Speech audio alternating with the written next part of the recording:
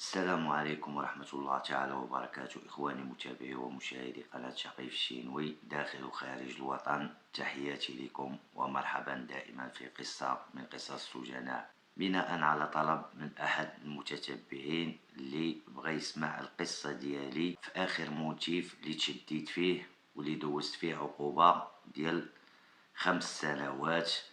وهاد ال5 سنين ما دوزتهاش كاملة في السجن، دوزت فيها سنة أي عام في سجن عكاشة، عام كامل، و4 سنوات داخل مستشفى الأمراض النفسية والعقلية تيطملين. والله شاهد عليا العقوبة راها دوزتها وخرجت في 2017، يعني المدة اللي دوزت من 2012 حتى 2017، عام في السجن و4 سنين في مستشفى الأمراض النفسية والعقلية اللي غنحكي لك عليه وغنحكي لكم عليه شي حوايج اللي عمركم سمعتوها، حيت الإنسان فاش ما كيكونش داير الذنب ربي كيخفف عليك العقوبة. اللهم لك الحمد والله يجعلها مغفرة للذنوب. المهم اخوتي، العقوبة اللي تشديت عليها هي الاغتصاب. هاد الاغتصاب باش نبداو مرحله بمرحله. الاغتصاب كيفاش حتى تحط ليا هاد الموتيف ديال الاغتصاب وانا اصلا ما على بالي بوالو؟ وكي كتعرفوا انسان مجوج، التهمه اللي حاطين ليا شحال من واحد او شحال من وحده اللي دايره ليا هاد التهمه ديال الاغتصاب، 3 ديال الضواحي اللي دايرين ليا محاولة. هنا ما بقاتش الاغتصاب ولكن محاولة، والاغتصاب فراه كتشابه بحال قلتي مثلا القتل، محاولة القتل، السرقة محاولة السرقة. ربما كتكون في بعض الأحيان القتل حسن من محاولة القتل، لأن لبقى الضحية معذب كيزيد عليك الرئيس الحكم وكيشدد عليك العقوبة، لأن ربما يعيش حياته كلها بعاهة مستديمة أو عالة على الأسرة والعائلة ديالو. أما لمات راه مول الأمانات دا أمانته والله يواليه برحمته. 3 دايرين لك محاولة ديال الاغتصاب ومن نفس البيت، يعني ماشي شي واحد جاي من هنا واحد من هنا، يعني هادو كانوا ساكنين معنا في نفس العمارة، تا هما كارين معنا في نفس العمارة. مشى واحد من اهل ديال مول الدار اشنو دار على قبل شي نزاع اللي كان بينه وبين الوالدين على قبل هادشي ديال الكراء. المهم مشى ودار ديكلاراسيون ومشى جمع واحد 3 اللي هما من السكان ديال البيت ديالو، دابا راه في دار البقاء الله يرحمه في هذا النهار هذا، اذكروا امواتكم بالخير. فهاديك اللحظه اللي جمعهم مشى حط الدوسي عند المحامي وزاد عليها حاجه اخرى. اشنا هي اللي الموتيف ديالها كراف وكراف بزاف، هي اضرام النار عمدا، يعني اضرام النار عمدا في البيت. وهذا البيت اللي هو كيتعتبر ديال المطالب بالحق المدني اللي هو رافع الدعوة، ولكن هو ما بينش في الواجهة. كاينه وحده اللي هي بنت اختو هي اللي كانت حاطه ليا محاولة الاغتصاب، وكاينه وحده من الجيران حتى هي اللي مرت الراجل وتفاهم معاهم على اساس كانوا غادي يخويو باش يدار معاهم واحد الثمن وتساعد معاهم، وبدورهم حتى هما تساعدوا معاه. وكاينين الناس اخوتي اللي كيف قلت لكم في الفيديو الاخير اللي كيمشيو يشهدوا شهاده ديال الزور وما كيخافوش من اللي خالقهم، وما عارفينش بان هذيك الشهاده راه كتوقف الانسان في باب الجنه ولو يكون ما عرف اشنو دير. فراه مشاو شهدوا فيا وقالوا حتى بان شي وحده من الجيران اللي قدام العماره اللي في الدرب نيت ولكن قدامنا بعيده شويه اونفاس معانا، حتى هي دلات باشهاد بانها شافتني انا، يعني غادي نلوح دريه من الشرجم. هاد الدريه هادي شكون الله اعلم. من كتمشي لعند الرئيس من اعتقلوني وداوني، مشيت عند الرئيس، جات عندي الوالدة وقفات قدامي، شاف فيا قال لي سميتك، قلت ليه فلان من فلان. شاف الدوسي بحال هكا هو يعاود يشوف فيا. الوالدة مسكينة بهاديك ما فاهمة والو وعارفاني ما دير والو، يعني هي عندها الثقة وعارفاني انا الا كنت دير شي حاجة كنقولها شوف الوالدة انا الا كنت دير هاد الحاجة راه كنقول لك دير، ما ديرش ما ديرش. وهاد الشي هذا راه كل شيء راه غير ملصقينو ليا وانتي عارفة علاش. فعلا الوالدة مسكينة عارفة، حيت كيف قلت لكم عارفة النزاع منين جاي وعارفة الدقة منين جاية. ديك اللحظة اللي وقفنا قدام الرئيس شاف بحال هكا الرئيس ويشوف فيا ويقول لي الوالدة ديالك هادي، قلت لي قال لي كتشبه لك قسما بالله وبهاد الطريقة هادي. حتى من خلال الهضرة والنبرة كيفاش هضر معايا بحال انسان عطاك واحد القيمة، وحس لان الرئيس كيقرا علم النفس، وحس بان هذاك الملف وقال حتى للمحامي حس بان هذاك الملف فيه شي حاجة ماشي هي هاديك، فيه شوية ديال الغموض أو كل غموض. قال لي سير الجني كتعرفوا الجنايات وكدوز. دزت بعدا عند قاضي التحقيق ما شافش فيا حدو دار فيا طلعني ديريكت للجلسة، يعني صافي ما عاودش هضر معايا. يعني هنا كان المحامي ديالهم وكانت الضحية اللي هي من العائلة ديال مول الدار حتى هي واقفة. والله العلي العظيم محاضرة غير الملائكة ديالكم اخوتي. ديك اللحظة اللي غادي يتم غادي بيا البوليسي مهبطينا من صطافات في محكمة الاستئناف في الجنايات، ودخلنا كيعرف بنادم اللي عارف الجنايات كتدخل من الباب اللوراني، دخلنا من التحت من كتدخل لصطافات ترافيك ديال البوليس. تمينا جايين باش ندوزو عند قاضي التحقيق اللي كيكون البيرو ديالو لتحت والقاعة كتكون الفوق. ديك اللحظة اللي غادي انا باش يدخلني عند قاضي التحقيق وهاز الملف ديالي، باركة هاد صاحب الدعوة ديالي ووحدة من هادوك اللي في الجيران تا هما اللي الله ياخد فيهم الحق في هاد النهار هذا، وهاد العواشر اللي جايين وربي ما غاديش يدوزها ليهم. هما حاليا راه غادروا المكان قبل ما نخرج انا، لربما مبقاش عندهم حتى داك الوجه باش يشوفوا انسان قدامهم صيفطينو، كانوا على بالهم انك غتاخد عقوبة. وهاد العقوبة هادي اللي كان قال لي المحامي واش عرفتي بشحال كنتي غتحكم؟ قلت ليه قسما بالله وبهاد الطريقة لان انا ماشي عارف انا داك الموتيف تالاش كيجري. اضرام النار غير بوحدو راه تقدر تاخد فيه اضرام النار عمدا 21 سنة هي القليلة لما كانوش فيها اضرار. اما لازتي على 3 الضواحي ديال الاغتصاب ووحده غتلوحها من الشر محاولة القتل، يعني هادو بغاو يغبروا لك الاثار في دقة. ولكن الحمد لله ربي كبير، ان يعلم في قلوبكم خيرا يؤتيكم خيرا ونعم بالله. خوتي ديك اللحظة اللي غادي يشوف هذيك خيتي ولا غاش غنسميوها، المهم فاش شافها بحال هكا ويقول لي واش هادي هي صاحبة دعوتك؟ هذا البوليسي والله شادي قال لي واش هادي هي صاحبة دعوتك؟ قلت لي هي هادي وزيد على هادوك اللي معاه كضحك وفرحانة. ويدور عنده ويقول لي قال لي باين هاد السلعة هادي، حيت البوليس ما كيخفاش عليهم بحال هاد الماركات جايه بواحد الكولون ومزوقه بحال شي بندير وفرحانه زعما راه دارت شي انجاز، راه غادا تصيفط واحد بحيث الحبس ب20 ولا 30 سنه وهو ما داير والو باطل وفرحانه. وحتى الوالدين ديالها جايين داعمينها والمحامي وباركين كيتبون به. المهم ديك اللحظة دخلني ما شافش هي الغراق، دخلني عند القاضي التحقيق طلعني عند الرئيس كيف قلت لكم هضر معايا جوج كلمات صافي صيفطني، لان ملف جنايات ما غاديش يدوي معاك ديك الساعة يفتح الملف. حدو كيديرها سميتك كنيتك كدا كي يفتح معاك الملف عرف راه الملف جاهز.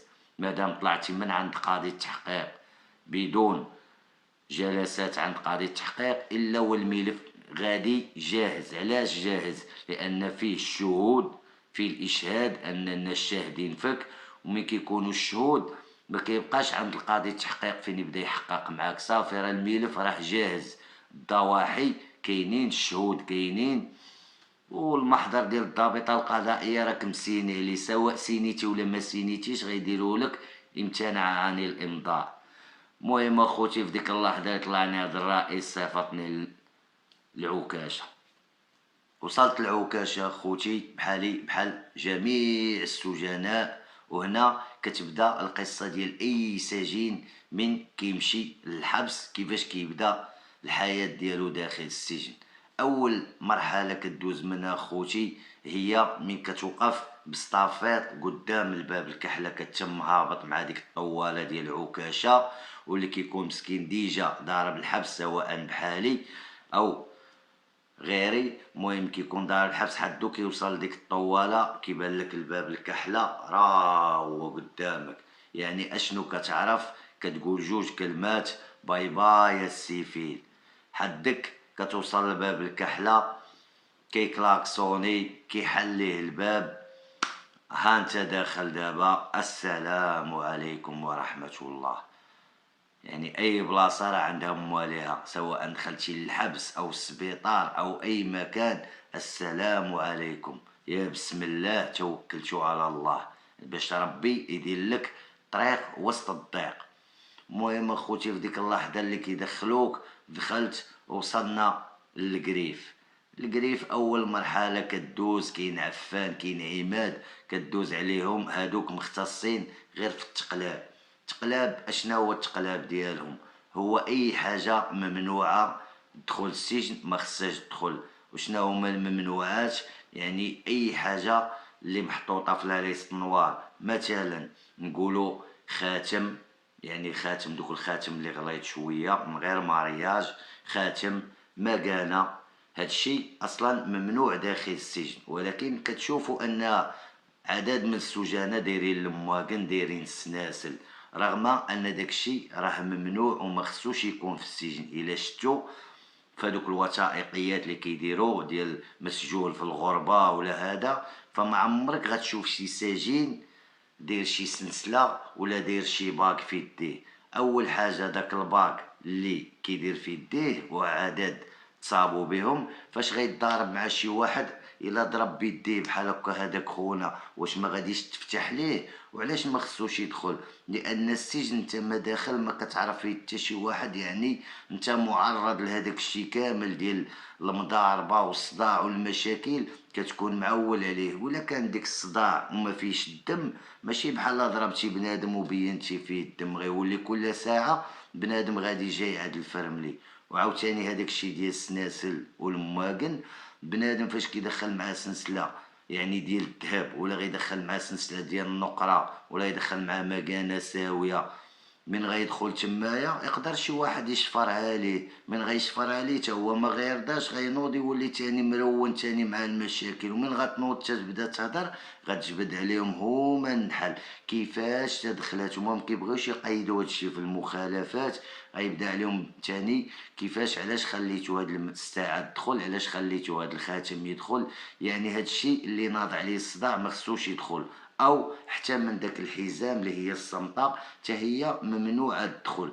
وهذا الشيء تقدر اي واحد يدخله، ولكن بواحد الطريقه اللي كيعرفها الجميع، هي دهن السير يسير. والفلوس تا هما اللي كيتعتبروا من الممنوعات. بنادم كاين اللي كيكون جايب معاه مثلا 1000 درهم، اي واحد كيعرفوا هاد الموظفين بان بنادم ملي كيكون جاي السجن اغلبيه من المحكمه كيكون جاي مدكك معاه الفلوس. علاش؟ لان معول على داك النهار الاول خاصو يشري فيه حبسو، خاصو يشري بلاصه، كاين اللي كيبغي بلاصه ديالو، حتى لما خداش بلاصه فراه هو كيشري المانط على شي ناس، يشري الكارو اللي غيبغي يكمي، يدبر على شي مول الوقت باش يديه لشي غرفه لي نموذجيه ونقيه. وهذا الشيء ما كيديروش كاع السجناء، ولكن بعض من السجناء اللي ما كيبغيوش يتعذبوا مثلا في الحبس وميسر الامور ديالهم.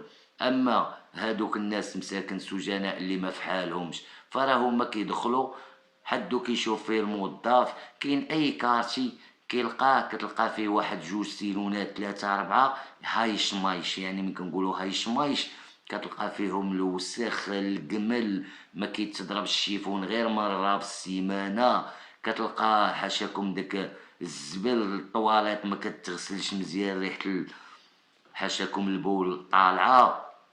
المهم هادشي كامل كاين كتلقاه في كارتشي واحد، وكتلقاه فيه حتى داك الكارتشي واحد جوج سيلونات ولا ثلاثة ولا ربعة. يعني فيه ناس اللي واحد كتلقى فيه الحباسة اللي فيه البزنازة وكذا اللي مروج بيه ولا جوج ولا ثلاثة بحال هكا. الاخرين كتلقى ديال السكاكرية كيسميوها الحباسة على دوك النصابة اللي كيجيو على النصب والاحتيال. يعني بنادم جاي ضارب 20 مليون 30 مليون، دوك اللي كيجيو على خيانة الأمانة كتلقاهم ديما السيلون ديالهم قريب للموظف. ثم هادوك صحاب الفاقة وصحاب هما اللي كتلقاهم كيلعبوا بالفلوس وكيلعبوا بالمخدرات وكيلعبوا بالتليفونات. علاش؟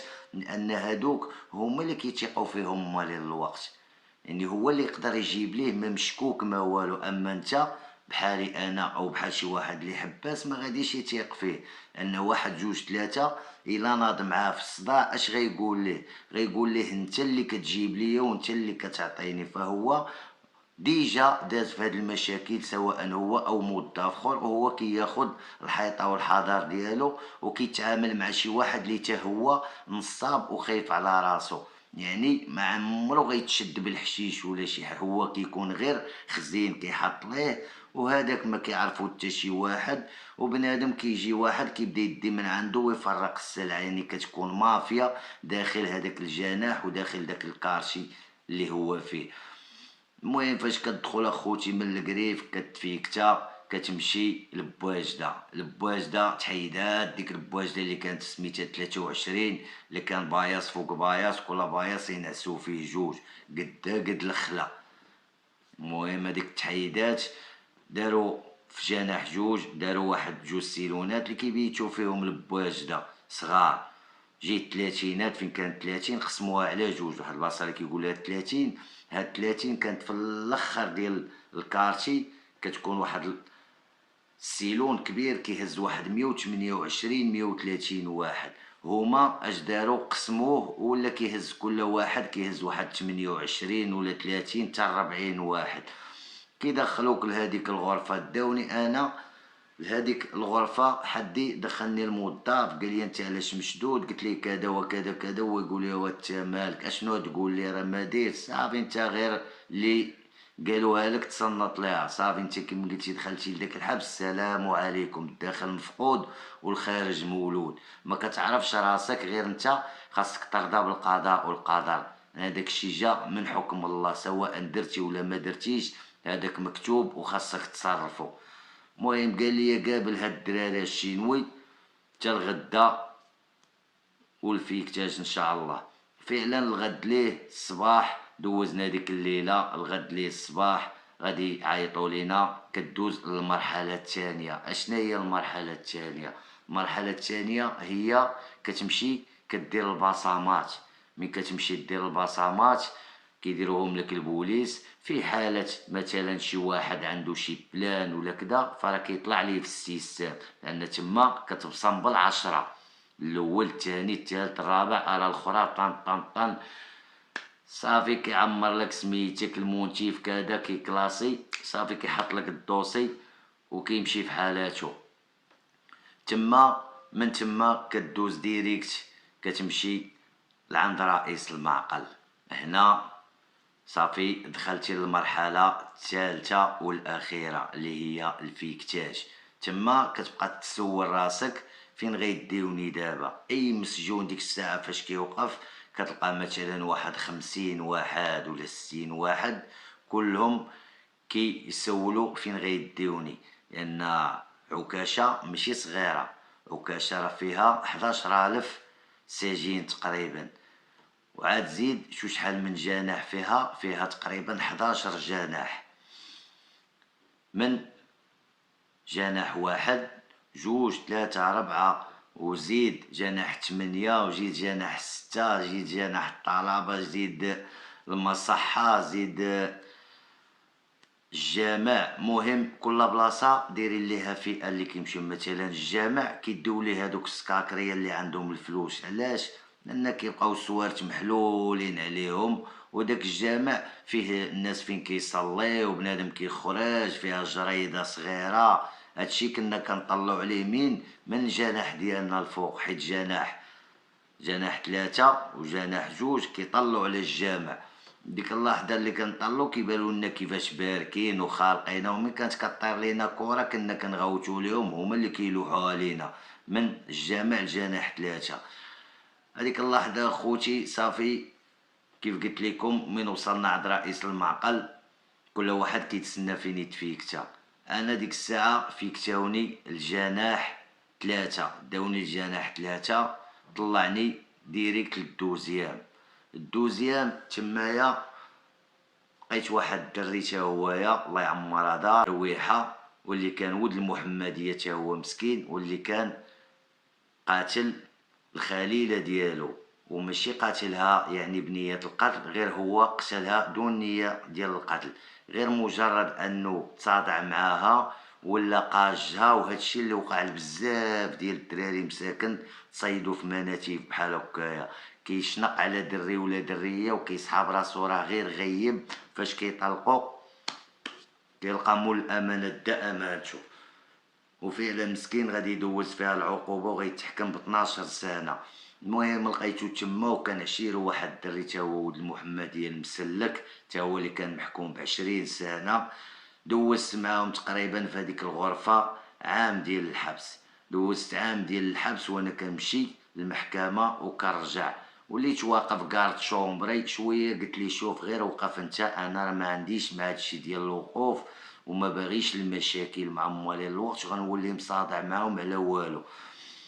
فعلا وقفتو هوايا في ديك اللحظه اللي قربت انا نتهز. من دزت انا وجا عندي الخبير، جا عندي العكاشه، دار لي الخبره الطبيه، صيفطوا لي المحامي، ان المحامي طلب الخبره الطبيه، والرئيس حاني على الخبره الطبيه وحاني على طبيب محلف لدى المحاكم، وهو اللي عين لي الطبيب. يعني ماشي انت اللي كتختار الطبيب، المحكمه هي اللي كتختار الطبيب، غير هي اللي كتعطي الامر وكتصدر الامر.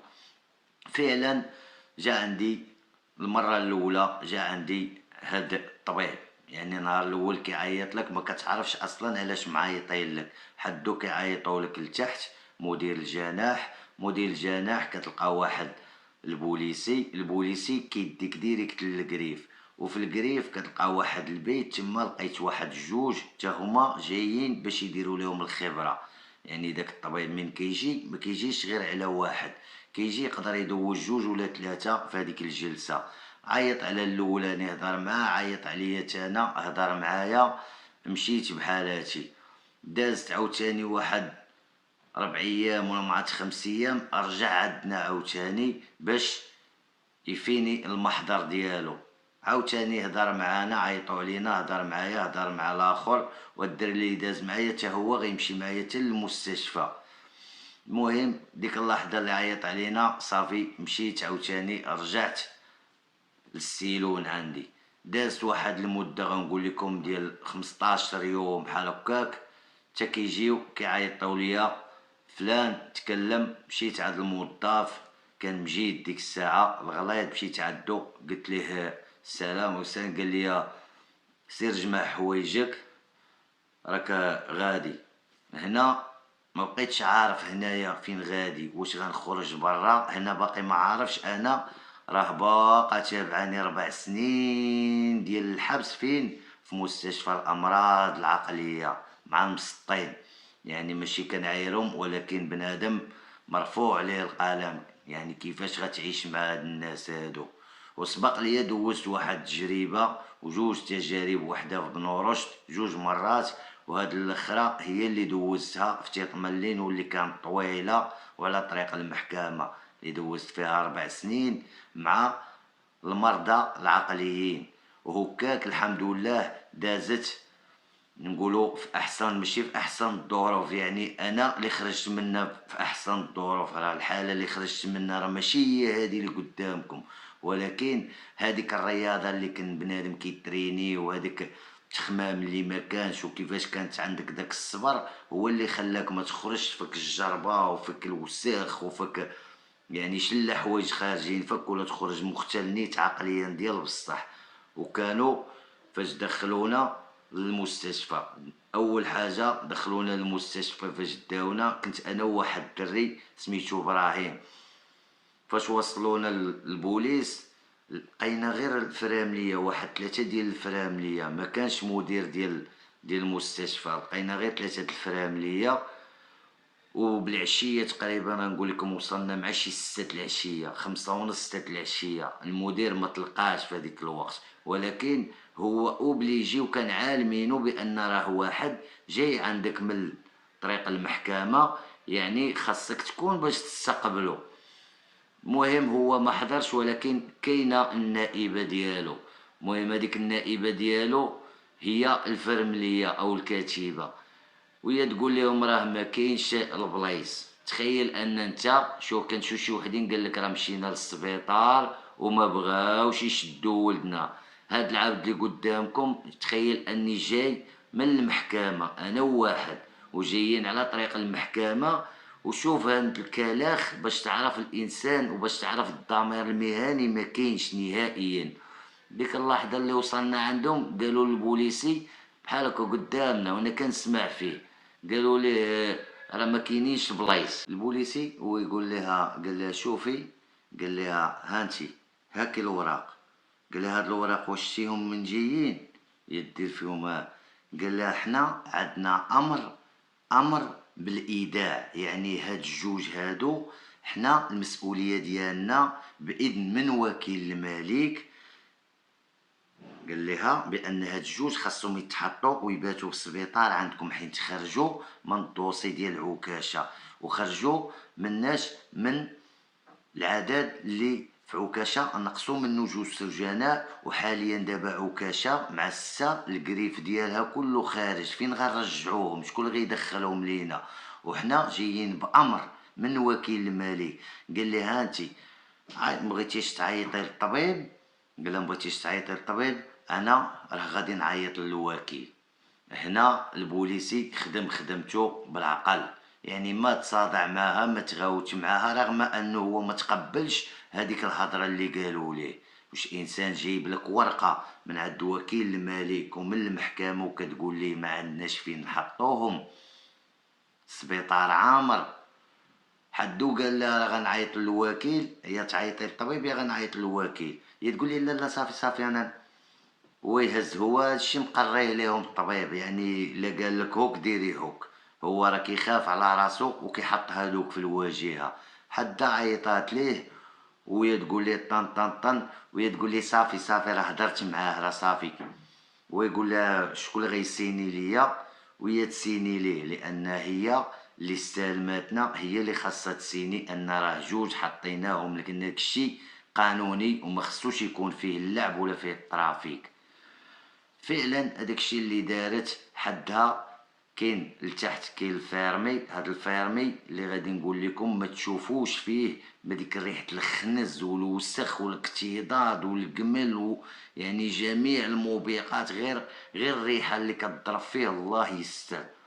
والفوق كاين في البروميان كاين الروفير، هذا الروفير تا هو الوسخ والقمل والخنز غير هو نواور على هذاك الفيرمي. لو ام دي جامعين فيه صحاب شويه الفلوس اللي كل واحد حاطينه في بيت بوحدو، يعني كل مريض كينعس في بيت بوحدو وما كيتسدوا عليهم لا بيبان، طالقين لهم اللعب وكانوا عندهم الهواتف الذكيه. وحنا كانوا حارميننا من كاع هاد الامتيازات اللي عاطين هاد اليو ام دي، هاد الجناح الخاص واللي كانوا ما كينعسوش فيه المرضى فابور، ما هما كانوا كينعسوا بالفلوس. وشكون اللي كانوا كيعيشوا فيه؟ كانوا كيعيشوا فيه غير دوك اللي مدمنين، كانوا مدمنين وباقين مدمنين على المخدرات الصلبة وعلى المؤثرات العقلية ليكسطا والتخربيق. هما اللي كانوا كينعسوا فيه، ووالديهم عياو ما يعطيو عليهم في الفلوس في هذوك المستشفيات ديال بريفي ديال الفلوس. ولاو كيفضلوا باش يمشي يخلص عليه لي الليله كتوصل ل100,000 ريال الليله. تخيل ان مريض عقلي او مريض بسيكوباط بالدهان ولا الفصام ولا سكيزوفريني ولا كل واحد عنده مرض، تخيل انه غادي يبات في المستشفى ديال الامراض العقليه والنفسيه ب100,000 ريال، والقليله السومه القليله. وهذا الشيء اللي سمعته بالودن ديالي ومن عند ناس اللي كانوا معايا وطابوا في هاد المستشفيات اللي هما ديال الخواص، وكانوا والديهم خاسرين عليهم كتر من قيمة ديال الفيلا، كتر منا. كاين اللي خاسرين عليه 300 مليون غير في المستشفيات، كاين اللي خاسرين عليه 400 مليون. وانا كنت كنعرف واحد الدري مسكين اللي انتحر داخل المستشفى، وحضرت لواحد اللي اعتقته انا وواحد الدري في الطواليت، يلا غيعلق راسو، عقنا به وشديناه. لان بنادم فاش كتكون انت شويه يعني خاصك ترد البال لهذوك الناس. وبحكم اني ضربت واحد المده طويله تما اللي كتر من ثلاثة سنوات و10 شهور، يعني غادر 4 سنين كامله، يعني راه وليتي كتعرف جميع الاسرار ديال هذاك المستشفى، وكل فرملي كيفاش كيتعامل والطبيب كيفاش كيتعامل. يعني كاينين بزاف ديال الخروقات، كاين التعدي، كاين الظلم، كاين يعني كاين داك كما كيتسمى الميز العنصري، هذا عنده الفلوس معامله وهذا اللي ما عندوش فلوس معامله اخرى. انا حضرت لواحد اخوتي في هذا المستشفى مريض وجيبوا باه، جابوا باه يعني دير شي مشكل وصيفطوه البوليس، يعني غير كدعمه باش يتهدن. با جا بغى يخرجو مبغاش يخرج ليهم. اشنو كيدير هذا؟ والله العظيم الا انا رد معاه البال واحد اللحظه لغا يطلع في السقف. داك السقف فيه هادوك اللعيبات ديال القبص، فيه هذيك السلك ديال الضو غيتعلق، غيهود السلوكه ديال الضو وبغى يشد في الضو. اشنو داروا ليه الفرامليه؟ جابوا باياز دخلوه للكاشو. اشنو داروا ليه؟ غادي يكسلوه بحال هكا عريان كيما ولدات امو، يعني هذا مريض وغادي يصلبوه من يديه ومن رجليه. واش غيدير ليه؟ غيبدا يخوي عليه في الماء وعاد زيد الصمطه. يعني بنادم كان كيتعرض لجميع اساليب ديال التعذيب، وهذا الشيء فين؟ في مستشفى ديال الامراض النفسيه والعقليه، اللي الانسان كيصحاب راسو من كيدي ولدو المستشفى راه غادي يتعالج ولا راه غادي يردوا ليه البال. لا، وكون على يقين بانه كيعيش تحت الضغط، ومن كتجي عنده كيولي يشوفك انت هو الامال ديالو، اللي يقدر يشوفك الدنيا عاوتاني ويشوفك الحياه عاوتاني. اما لداخل راه حدو كيدوي جوج كلمات كيقول ليه سكوت ولا غندق لك البرا، وعاد تصرفيق وعاد زيد الوسخ وعاد زيد القمل. هادشي كامل اللي قلت لكم وكنعاود نقول لكم بان الاسباب ديالو هو الانسان يبعد من الرفاقه العوجه ويبعد من الادمان البليه. لان هاد الناس كاملين اللي في المستشفى السبب ديالهم الرئيسي هو هاد المواد هادي. فهاد اللحظه اخوتي وصلنا للنهايه، تحياتي لكم والسلام عليكم ورحمة الله تعالى وبركاته. تحياتي.